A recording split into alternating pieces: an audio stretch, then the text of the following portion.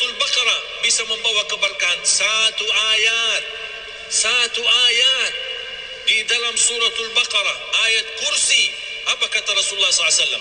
Man qara'a ayat al-kursi dubura kulli salatin laysa bainahu wa bainal jannati illa yamut. Barang siapa yang baca ayat kursi setiap habis salat, tidak ada sesuatu yang mampu menghalanginya, dijamin masuk surga. Bismillahirrahmanirrahim. Assalamualaikum warahmatullahi wabarakatuh. Alhamdulillahirabbil alamin. Allahumma shalli ala sayyidina Muhammad wa ala ali sayyidina Muhammad.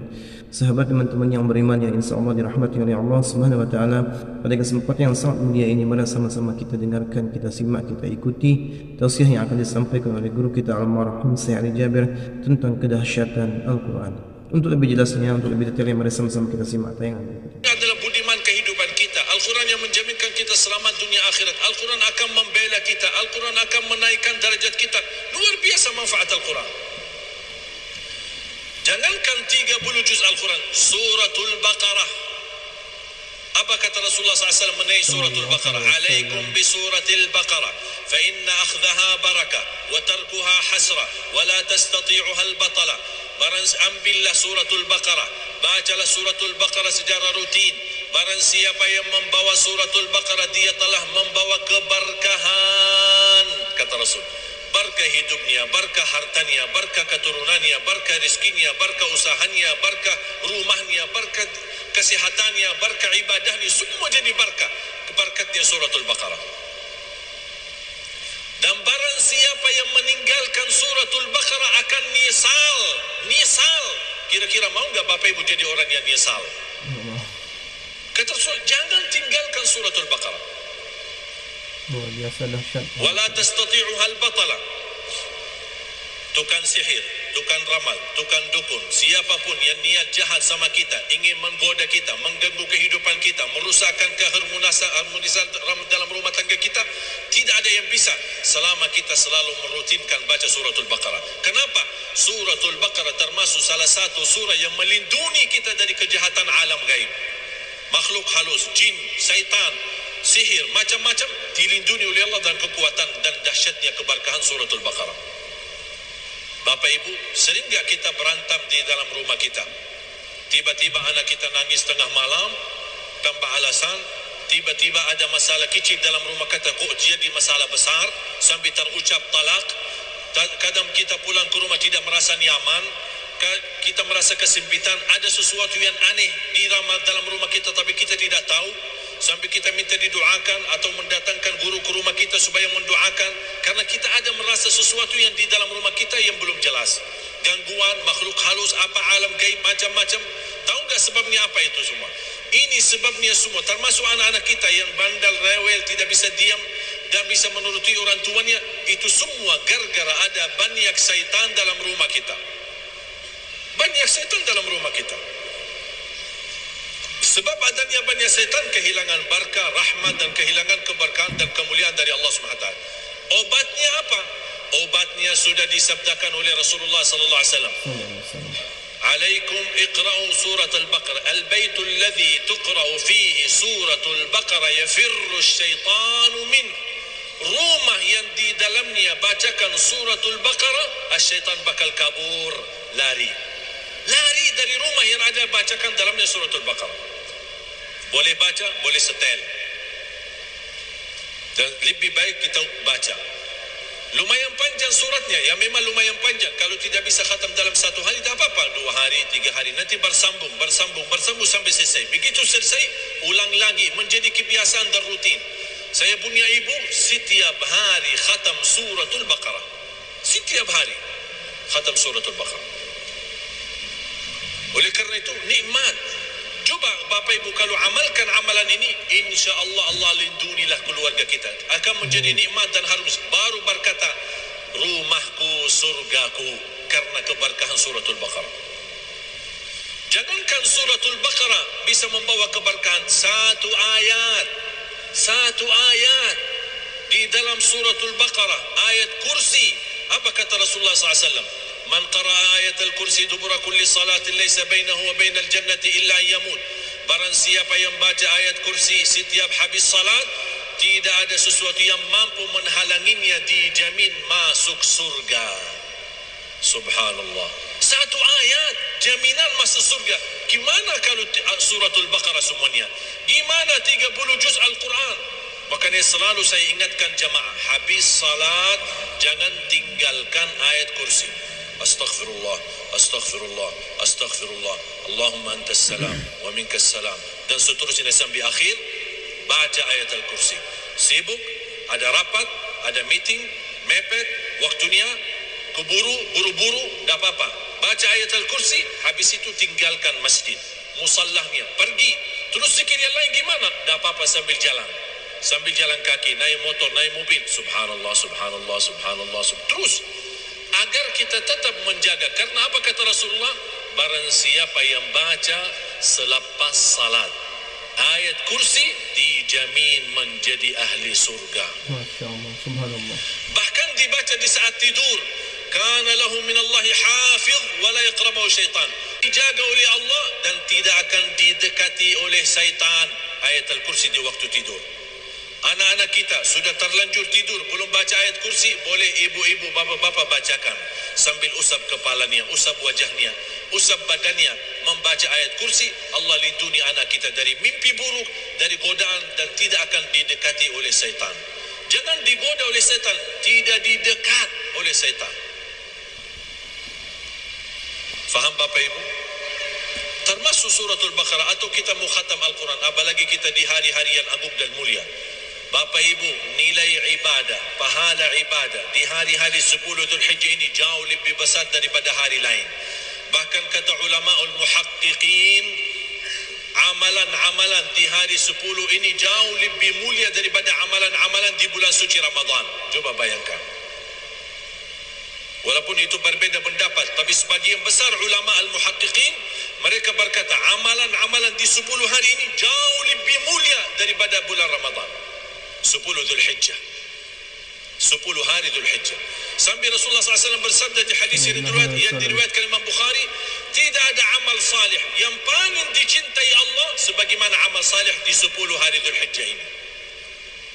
Kemarin 1 Dzulhijjah, hari ini Sabtu, sekarang hari 3. Manfaatkan sisanya. Kalau bisa berbanyak puasa, berbanyak sedekah, berbanyak baca Quran, terus berusaha segala amal kebaikan. Setiap amal salih anda punya saham di situ. Nilai ibadahnya jauh lebih besar daripada bulan-bulan lain. Kenapa? Karena Rasulullah SAW bersabda, sebaik-baik hari di dunia adalah hari 10 hari Dzulhijjah. Bahkan hari yang termulia di sisi Allah, Yaumun Nahar. Inna a'zamal ayyami indallah Yaumun Nahar. Hari yang paling agung di sisi Allah adalah hari kurban. Kalau tidak bisa puasa semuanya, paling tidak puasa Arafah tanggal 9, 1 hari. 1 hari, tapi berkahnya menghapuskan dosa 365 hari. 1 hari menghapuskan dosa 365 hari. Subhanallah. Jangan dilalaikan. Ramadan aja yang 30 hari begitu cepat habis. Masa 10 hari pasti lebih cepat.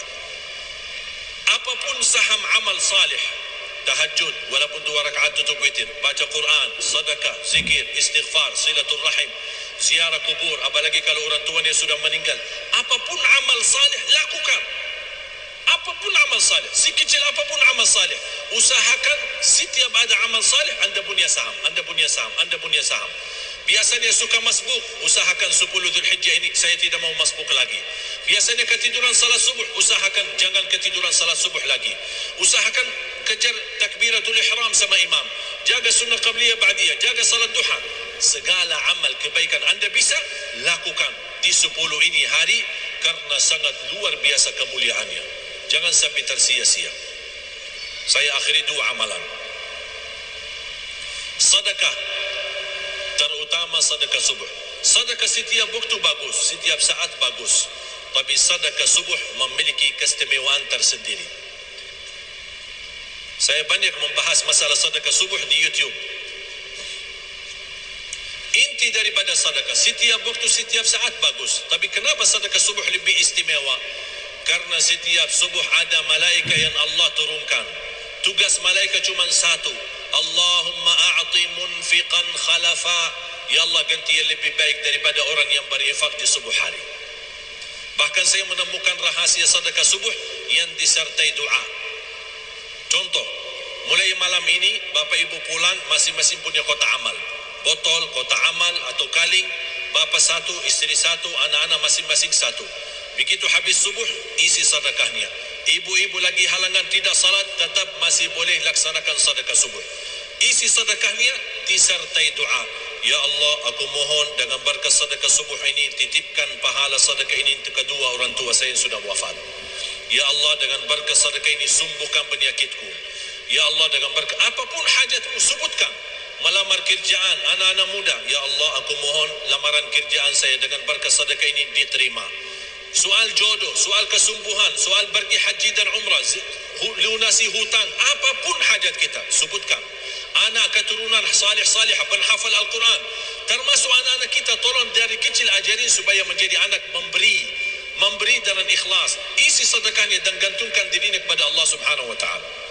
Di antaranya termasuk keluarga suami istri yang sudah lama menikah belum punya keturunan, tolong jangan lupa sedekah subuh, doa. Ya Allah, aku mohon dengan berkat sedekah ini karuniailah kepada kami keturunan, karena kami sudah lama menikah belum punya keturunan.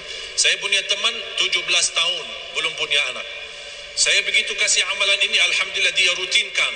Alhamdulillah 6 bulan kemudian beliau telefon saya, positif istrinya hamil. Berkat dahsyat sedekah subuh. Satu kali sedekah, satu kali hajat. Jangan sedekahnya koin-koin tapi doanya sampai terbit matahari. Malu sama Allah. Kata malaikat, kelamaan doanya, kebanyakan hajatnya. Padahal sedekahnya teng. Kalau boleh saya usulkan, satu kali sedekah, satu kali hajat. Siap? InsyaAllah siap. Sedekah subuh disertai doa. Saya yakin tidak diragukan sifat kedermawanannya masyarakat Indonesia. Tidak diragukan hobi sedekah, tapi sering tertinggal doa selepas sedekah. Amalan yang kedua dan terakhir, baca Quran setiap hari. Kalau tidak bisa, paling tidak suratul Baqarah. Dan kalau baca, saya nasihatkan.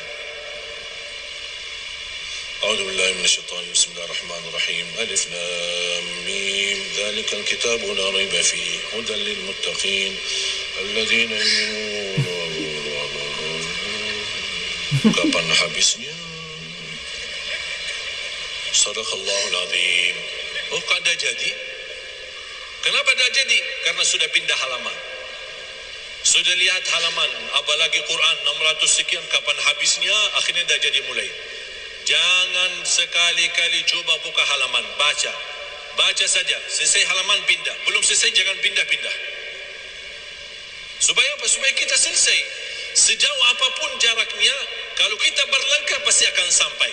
Sedekat apapun, kalau tidak pernah berlangkah, tidak akan sampai. Siap? Siap, insyaAllah. Setiap hari baca Quran. Minimal, mulai harimu baca Quran, tutupi harimu dengan baca Quran. Mudah-mudahan semua yang hadir dijadikan oleh Allah ahlul Quran. Amin ya Allah. Mudah-mudahan diberikan kemuliaan menjadi keluarga Al-Quran, mendapatkan syafaatnya Al-Quran. Jamaah sekalian, jangan sia-siakan Al-Quran. Wallahi berkahnya luar biasa. Tugas kita cuma satu, berteman sama Al-Quran di dunia. Cuma satu itu aja, berteman sama Al-Quran di dunia. Tahu nggak apa yang akan dibalas oleh Al-Quran? Al-Quran akan temani kita di dunia. Al-Quran akan temani kita saat sakratul maut. Al-Quran akan temani kita di alam kubur, menghadapi munkar nakir. Al-Quran akan temani kita saat dibangkitkan oleh Allah hari kiamat. Al-Quran akan temani kita saat dihisab. Al-Quran akan temani kita, menantarkan kita jalan di atas sirat sambil menuju pintu surga. Apakah sampai ke surga Al-Quran meninggalkan kita? Tidak. Al-Quran masih berkenan bersama kita sambil masuk ke surga. Apakah begitu masuk surga Al-Quran meninggalkan kita? Tidak. Al-Quran masih membawa kita ke surga sambil naik ke derajat yang tertinggi. Bukan kata saya, tapi kata Rasulullah sallallahu alaihi wasallam.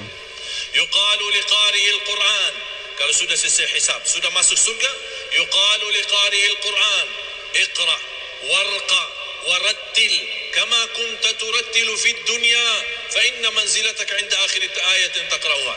Bacalah, naik posisimu. Berarti banyak baca, banyak naik. Sedikit baca, sedikit naik.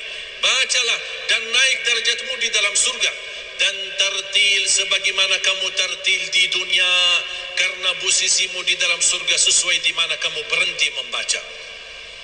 Kata Siti Aisyah melalui dasar hadis ini, apa kata Siti Aisyah?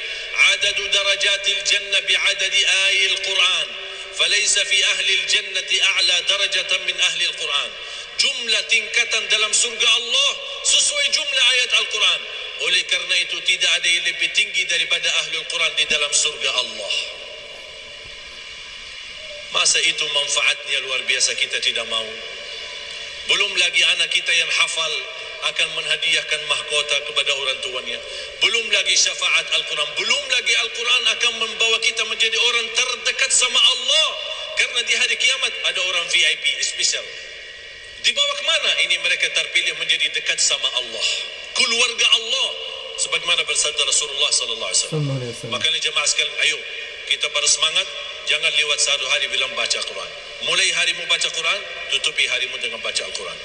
Mohon doa restu agar insyaAllah mudah-mudahan program kami 1 juta penghafal Al-Quran untuk Indonesia berijazah dan sanad bisa terwujud. Selalu doa saya, ya Allah aku mohon jangan cabut nyawa saya sampai terwujud 1 juta penghafal Al-Quran. Semenjak 2011 ketika saya mendapatkan kehormatan anugerah dari Bapak Presiden Republik Indonesia di masa itu, Bapak SBY memberikan kepada saya warga negara Indonesia, saya merasa diri saya punya kewajiban terhadap Indonesia. Pertama, menjaga kebersatuan dan kebersamaan. Yang kedua, mencintai negara kita Indonesia. Yang ketiga, bagaimana bisa tetap menjaga kebersatuan dan untuk bersama-sama. Ada perbedaan ada, tapi tetap kita masih bersatu untuk menjaga keharmonisan dan rahmatan lil alamin. Yang terakhir, bagaimana saya bisa membawa masyarakat Indonesia insya Allah semuanya menjadi keluarga Al-Quran, syafaatnya Al-Quran, dan kita bersama-sama kumpul di dalam surga Allah Subhanahu wa taala. Semuanya bisa terlipat dalam program 1 juta ini. Mudah-mudahan insya Allah dengan niat kita, tulus kita, ikhlas kita, mudah-mudahan bisa terwujud menjadi kenyataan. Dan saksikan insya Allah jemaah sekalian, kalau kita tidak mensaksikannya di dunia, insya Allah akan kita menyaksikannya nanti di akhirat. Betapa luar biasa perjuangan kita untuk Al-Quran akan Allah balas dengan pahala yang berlipat ganda di sisi Allah. Allahumma nas'alukal huda wa tuqa wal afafa wal ghina. Ya Allah, jadikan kami semua ahlul Quran, keluarga Al-Quran, keturunan Al-Quran. Ya Allah, anugerahkan kepada kami ya Allah menjadi penghafal Al-Quran, berakhlakul Quran. Berikan kepada kami anak dan cucu salih salihah, anak dan cucu yang mampu menjaga nama baik keluarga kami, anak dan cucu penghafal Al-Quran, anak dan cucu yang membanggakan kami di hadapan-Mu hari kiamat. Ighfir lana wa liwalidina wa li jami'il muslimina wal muslimat wal mu'minina wal mu'minat al ahya'i minhum wal amwat. Ya Allah, atas izin-Mu kami sama-sama berkumpul di Masjid Agung ini. Ya Allah, berilah kepada kami kemuliaan sama-sama bertemu kembali di dalam surga-Mu ya Allah bersama Nabi Muhammad sallallahu alaihi wasallam. Rabbana atina fid dunya hasanah wa fil akhirati hasanah wa qina adzaban nar. Wa sallallahu ala sayyidina wa nabiyina Muhammad wa ala alihi wa sahbihi wa baraka wa sallam. Walhamdulillahi rabbil alamin.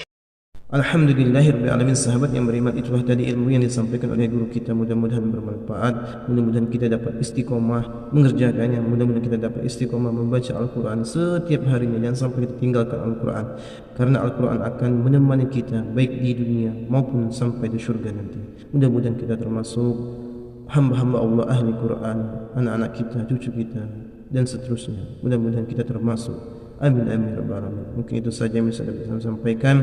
Lebih kurang saya mohon maaf. Saya akhiri. Wassalamualaikum warahmatullahi wabarakatuh.